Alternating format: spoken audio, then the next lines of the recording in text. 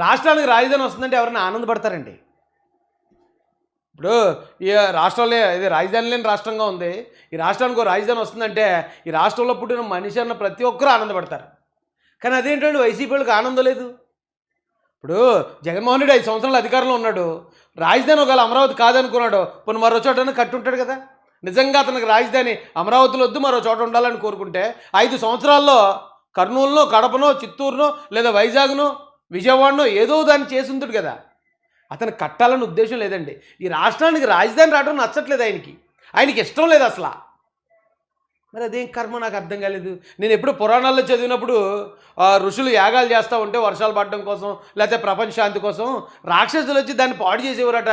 ఊరికే ఏం పని లేదు దూలకే. అంటే అప్పుడు అలా ఉండేవారేమో అనుకునేవాడిని. వీళ్ళని చూస్తుంటే నాకు అదే గుర్తొస్తుందండి.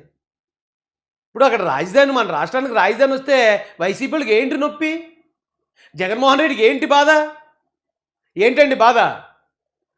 రాజధాని వస్తే అందులో ఏదో తారుమారు తక్కువ చెప్పి డబ్బు ఇదేంటండి? ప్రజాధనం దోచుకున్న దాంట్లో ఈ భారతదేశంలో ప్రపంచంలో మీరు టాప్ ఉంటారు. అలాంటి వాళ్ళు మీరు ఈ రోజున రాజధాని వచ్చిందని రాష్ట్రం అంతా ఆనందపడతా ఉంటే ఈ గోల్ ఏంటండి? పార్లమెంట్లో వ్యతిరేకించారటండి. లోక్సభలో కేంద్రం ప్రవేశపెట్టిన ఏపీ రాజధాని అమరావతి బిల్లును వైసీపీ తిరస్కరించింది. తాము అమరావతికి వ్యతిరేకం కాదని ఈ బిల్లును మాత్రమే వ్యతిరేకిస్తున్నట్లు ఆ పార్టీ ఎంపీ మిథునరెడ్డి. ఇదేంటిది? ఇదేం లెక్క? అమరావతి వ్యతిరేకం కాదని కానీ అక్కడ రాజధాని బిల్లును మాత్రం వ్యతిరేకిస్తారట. రాష్ట్ర ఆదాయం తెచ్చే అప్పులు ఉద్యోగులు జీతాలు ఇచ్చేందుకు సంక్షేమ పథకాలు అమలుకే సరిపోతుందని సిబిఐ చెప్పారన్నారు. మరి రాజధాని ఎలా? అది ఆయన చూసుకుంటాడు. అది ఆయన బాధ. ఆయన ఎక్కడి నుంచి చేస్తాడో ఎలా చేస్తాడో చేస్తాడు. ఆల్రెడీ చేస్తున్నాడు కదండి. మీకెందుకు ఆ నొప్పి? ఒకవేళ ఆయన చేయలేకపోతున్నారు అనుకో మీకే హ్యాపీ కదా. ఎందుకు వ్యతిరేకించాలి? సరిగా గట్టిగా అడిగేవాళ్ళు లేరండి. ఈ రాష్ట్రం బాగుపడడానికి రాష్ట్రానికి కేంద్ర ప్రభుత్వం నుంచి వచ్చింది తేవాలని చూడాలి కానీ వాళ్ళు ఇస్తానంటుంటే వద్దని అడ్డుకోవడం ఏంటి?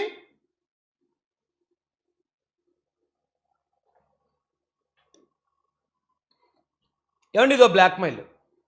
జగన్మోహన్ రెడ్డి గారు చట్టసభల ద్వారా ఏ చట్టం అనేది చేయొచ్చటండి.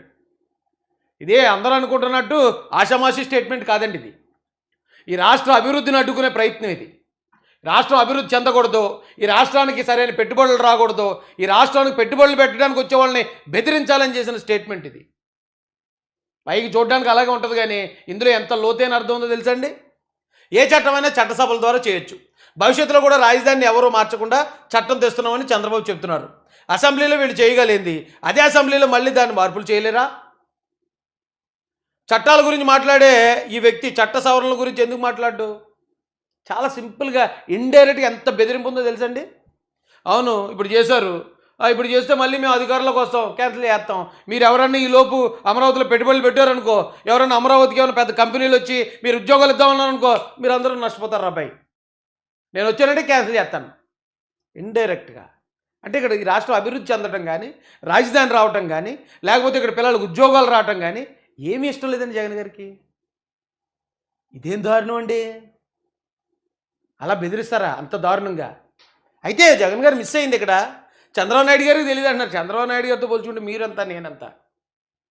ఇప్పుడు గతంలో ఓన్లీ అసెంబ్లీలో చేశారు కాబట్టి 2014 నుంచి 19 మధ్యలో తమరు వచ్చిన తర్వాత దాన్ని అలా నిలువరించేసి లేదు 3 రాజధానులు రావచ్చు 10 రాజధానులు రావచ్చు అని ఏ కబుర్లు చెప్పుకుంటూ 5 సంవత్సరాలు కాలయాపన చేశారు. అందుకే ఇప్పుడు చంద్రబాబు నాయుడు గారు ఏం చేశారంటే కేంద్రంతో చేయించారు. పార్లమెంట్లో అయిపోయింది బిల్లు, చట్టబద్ధత వచ్చేసింది దానికి. ఇప్పుడు మళ్ళీ ఇక్కడ అసెంబ్లీలో అంటే పార్లమెంటులో చట్టబద్ధత వచ్చిన బిల్లుని అసెంబ్లీలో బిల్లు పెట్టి క్యాన్సిల్ చేస్తారా? ఉంటుందా ఆప్షన్? అది మినిమం కదండి. ఇది 10వ తరగతి పిల్లడికి వెళ్తుంది. అసెంబ్లీలో చేసిన బిల్లుని పార్లమెంట్ ఆమోదించవచ్చు, తిరస్కరించవచ్చు. కానీ పార్లమెంట్ ఆమోదించిన బిల్లుని అసెంబ్లీ అలా తిరస్కరిస్తుంది? ఇదేం బెదిరింపులండి? ఇలాంటి బెదిరింపులు పెట్టుబడులు పెట్టడానికి వచ్చిన వాళ్ళని బెదిరించే పద్ధతి ఇదా? ఈ రాష్ట్రాన్ని అభివృద్ధి చెందనివ్వరండి మీరు? ఈ రాష్ట్రానికి రాజధాని రావద్దా? ఏ రాజధాని వస్తే మీకు ఏం నొప్పి ఏంటి నాకు అర్థం కాదు. రాజధాని అనగానే భయపడిప్పుడు సాక్షిలో మొత్తం అంతా ఇదే. దాదాపు 1:28 నిమిషాలు మాట్లాడేది నేను వచ్చి రాజధాని వచ్చినందుకు బాధతోటి. ఇప్పుడు ఇండియా పాకిస్తాన్ మ్యాచ్ ఆడుతూ ఉంటే ఇండియా గెలిచినప్పుడు ఇక్కడ కొంతమంది బాధపడతారంటే నేను నమ్మేవాడు కాదు. అలాంటి వాళ్ళు కూడా ఉంటారనమాట. రాష్ట్రానికి మంచి జరిగి రాష్ట్రానికి రాజధాని వస్తే ఎంత బాధపడుతున్నారంటే జగన్ గారు నిజంగా మీరు ఇలాగే ఉండాలండి. ఇలాగే ఉండాలి మీరు. మీరు ఇలా ఉన్నంతసేపు తెలుగుదేశం పార్టీ అధికారంలోనే ఉంటుంది, రాష్ట్రం కూడా బ్రహ్మాండంగా ఉంటుంది.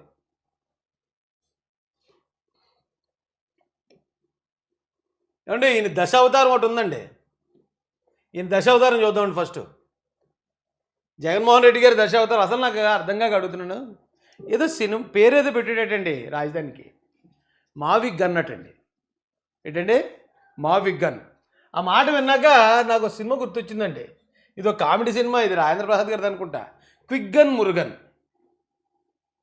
లేదంటే మారి అనేది సినిమా అనేది తమిళ సినిమా వచ్చింది. ఇలాగా ఏంటి నేనేమనుకున్నానంటే మావిగన్ అని పేరు సోషల్ మీడియాలో చూసాక ఆయన ఏదో చెప్పి ఉంటాడు మామూలుగాని, కానీ ఎవరో క్రియేట్ చేశారు ఇదొక మీమేమో అనుకున్నాను నేను. కాదు, జగన్ గారే చెప్పారట అది. నేను చూశానండి ఆయన చెప్పిన మాట. ఇదిగో ఇలాంటి మాటలు చెప్పడానికి బాబు అదేదో పదార్థం ఉండకూడదండి ఒంట్లో. ఇప్పుడు ఆయన ఓడిపోయి ఉన్నాడు కాబట్టి నేను చాలా మాటలు మింగేస్తున్నాను. కానీ ఇలాగ ఎవడన్నా ఒకవేళ ఎవడో పనికిమాలిన ఎవడు ఇస్తాడు ఐడియాలు ఇలాంటి, పాపం ఈయన స్క్రిప్ట్ రాసిస్తే ఆ స్క్రిప్టేగా చదువుతాడు. ఇంత దరిద్రమైన ఐడియా ఇచ్చినాడు ఎవడో, నాకు అని చూడాలనుకుంటున్నాడు.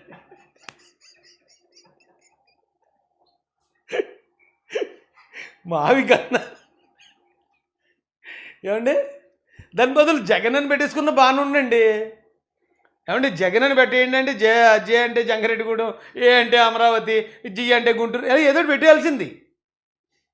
ఏంటండి ఇది తమిళ సినిమా టైటిల్ లాగా, లేకపోతే తమిళ హీరో పేరులాగా.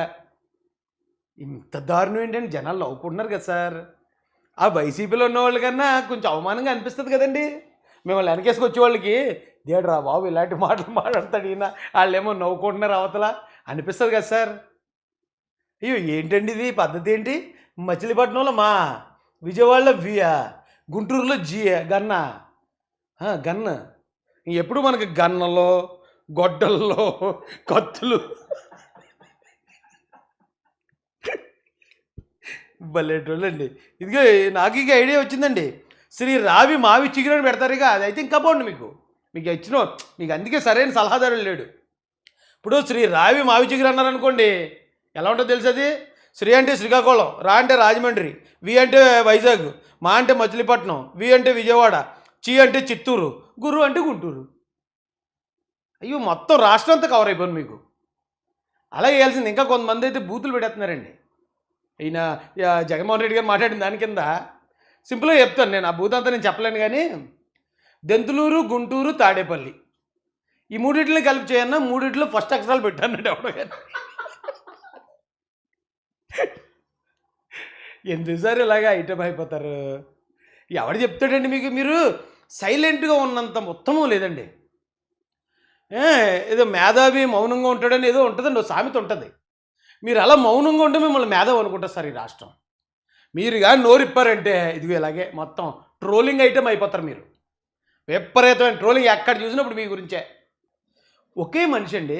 నేను ఇంకా దశావతారం సినిమాలో కమల్ హాసన్ గారు అయితే 10 క్యారెక్టర్లు వేస్తాడు, డిఫరెంట్ క్యారెక్టర్లో. ఒక ఆయనేమో పంతులు గారు, ఇంకొక ఆయనేమో సైంటిస్టు, ఇంకొక ఆయనేమో ఇంకోటి అలా డిఫరెంట్ క్యారెక్టర్లు అండి.